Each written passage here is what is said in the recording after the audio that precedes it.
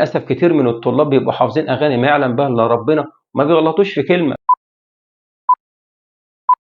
ما ينفعش بعد التطور اللي بقى موجود في كل المجالات وانا لسه عندي الطالب بيستمع للمعلومه ويسيبها لخياله فينساها. لا، لازم عشان المعلومه تكمل اكبر وقت ممكن مع الطالب انها تتعرض له في شكل فيديوهات وصور وغيرها من الوسائل التعليميه. فعلى سبيل المثال انا لو هكلم طالب عن عوامل تشكيل سطح قاره افريقيا زي الحركات الالتوائيه والحركات الانكساريه وما ينتج عنه من ارتفاع او انخفاض لجزء من القشره الارضيه، ده غير البراكين والتعريه المائيه والتعريه الهوائيه ونتائجهم هم كمان.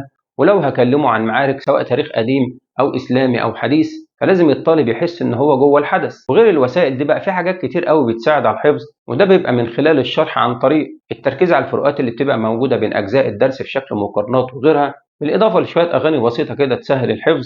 لأن للأسف كتير من الطلاب بيبقوا حافظين أغاني ما يعلم بها إلا ربنا وما بيغلطوش في كلمة. فللأسف ده اضطرني بقى إن أنا أعتمد على ألحان بعض الأغاني اللي بتبقى ترند واستخدمها في حفظ الدروس عشان يحفظوا دروسهم بدل الكلام اللي هم بيغنوه ده. واللي هيبقى ليها فيديوهات في اللي جاي بتثبت كلامي وكمان هتساعد الطلاب ان هم يحفظوا دروسهم. سلام.